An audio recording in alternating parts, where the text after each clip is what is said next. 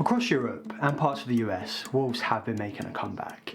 They've kind of bounced back from the brink of extinction, whether it's through bold reintroductions or, if it's through natural dispersal, wolves have been reclaiming their place in the landscape. But here in Britain, wolves are still missing, as are many other species. We eradicated them centuries ago, and while we are seeing wolves bounce back across the world, and people are learning to coexist with them again, this coexistence is becoming fractious at best. But what I'm most curious about is what has to happen, what has to change in order to see wolves return back to Britain. And it really is no surprise that we're not quite there yet, we're not quite ready, but I'm optimistic that we will get there. But it's not gonna happen idly. We have to actively incite change. And to really dig into this, I caught up with rewilding expert Derek Gow. Now, Derek has been restoring missing species. He's been restoring habitats for decades.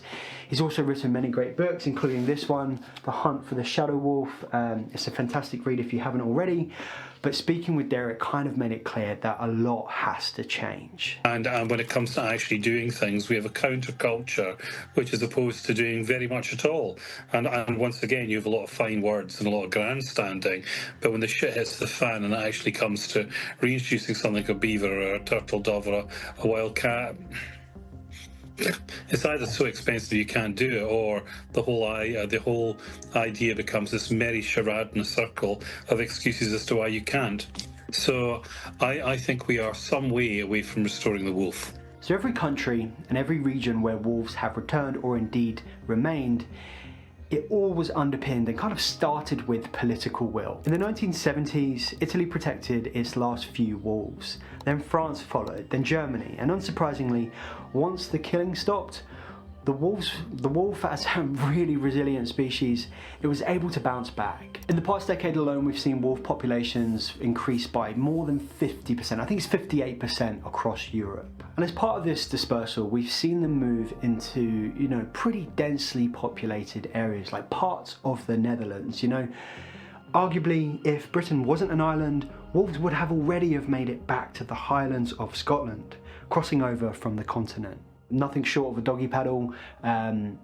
Wolves won't come back to the UK unless we put them back. And in the political landscape right now, regarding wolves, there is just absolutely no framework. There's no noise. There's no plan. You have to have a complete political change of heart, which says that these big carnivores are of significance in the landscape. That they are the forest guardians that we need to ensure that the trees that we're trying to regenerate to hold more carbon and cool the earth are not going to be destroyed by deer or sheep. There are all sorts of other benefits with regard to them as well, but to do this you need the absolute political will to do it. And then you need a competent bunch of individuals who are charged with the reintroduction.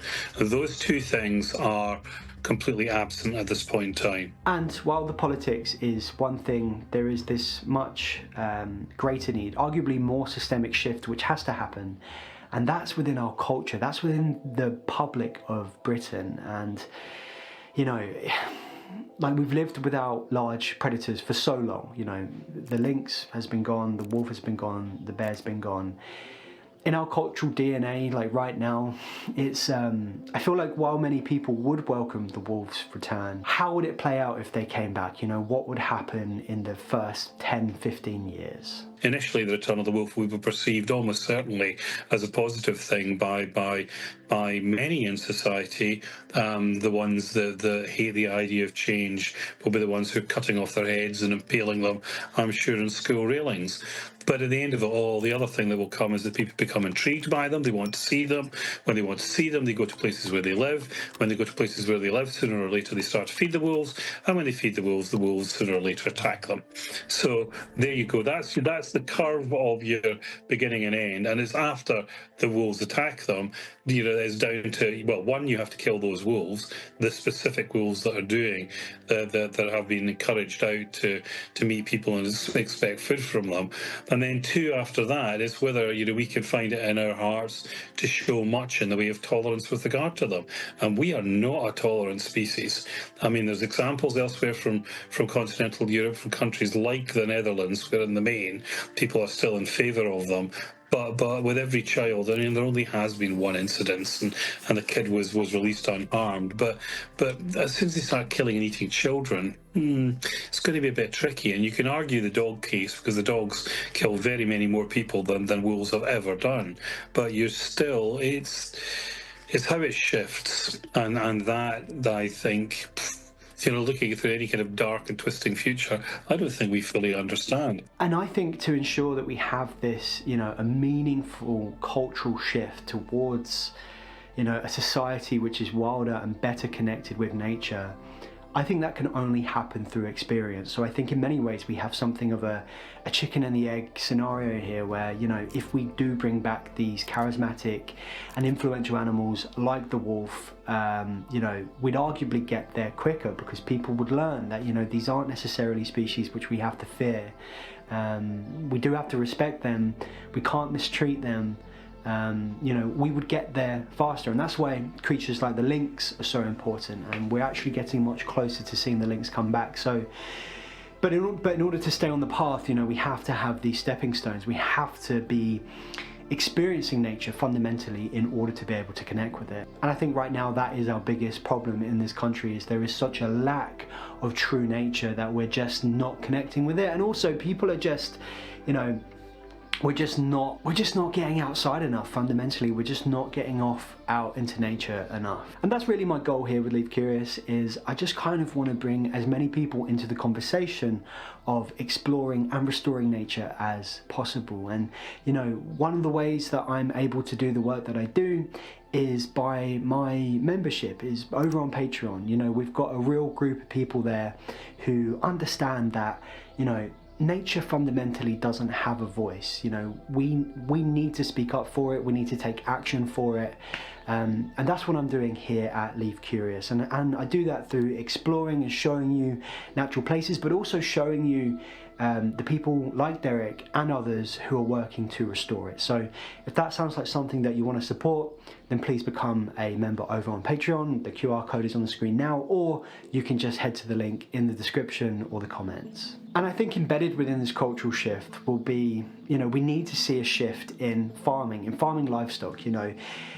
There are a lot of sheep, especially in the areas where wolves would come back to, and there's no getting away from the fact that while there are plenty of deer for wolf to hunt, they will most likely go and they will predate on sheep. And if wolves are going to come back in any meaningful way, there has to be real changes and real shifts to the way that we practice agriculture in this country. You need to have some sort of rational compensation scheme, which enables people to buy electric fence their sheep in, to buy temporary electric corrals, to train people so they relearn what it takes to live with a predator. That's perhaps your mobile sheds in the environment the sheep can be driven into at night, but the whole thing is that you go back to a different system of keeping sheep, which involves those kind of structures, and in addition involves dogs that live with the sheep all the time, and potentially people who basically spend their time with the sheep.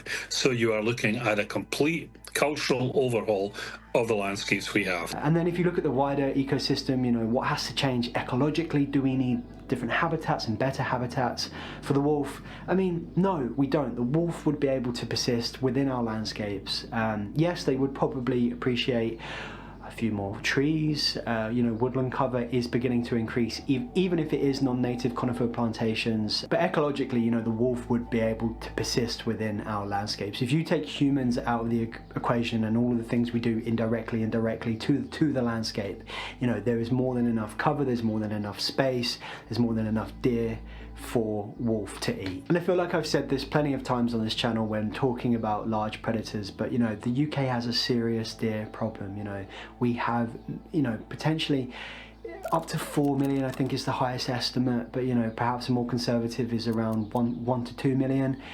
That is too much. You know, what is it going to take? I mean, how many people need to die in a cavalcade of deer, you know, crossing the M1 before politicians sit down and think we have a fucking problem? You know, all they ever do is like flooding. I mean, you know, when the shit hits the fan, somebody turns up in their wellies, and then next year the village is under another 10 foot of water, and then next year somebody will turn up in their wellies. We don't resolve problems in this country in a way that's meaningful. You know, we just lament the terrible tragedy of what's happened without ever actually trying to sort it out. So with the case of the wolf returning, you know, I don't think it's impossible. I just think it's going to take a heck of a lot more work, and it's going to take a lot more time. I think as individuals, what we can do is we can spend more time outside. I think that would be a great thing for ourselves mentally, physically, and just on a base standpoint. I also think that we can and should continue to support people working to actively restore nature, like Derek. I think we need to support storytelling, so things like Leave Curious. And I think we also need to do our best politically. You know, the political landscape is ever changing. There's always so much uncertainty. But you know, if there's one thing which I've seen from nature restoration in this country is that it doesn't necessarily happen because of government. You know, they always follow behind. I think nature will come back in this country because of people who are willing to fight and do the work. So do go and check out what Derek is doing with Keep It Wild. They're working to bring back all kinds of different species. If you haven't seen the video where I visited him, that's on the screen now. The best way to support Leave Curious is by becoming a member on Patreon. That's there. But in the meantime, thanks for watching. Leave Curious.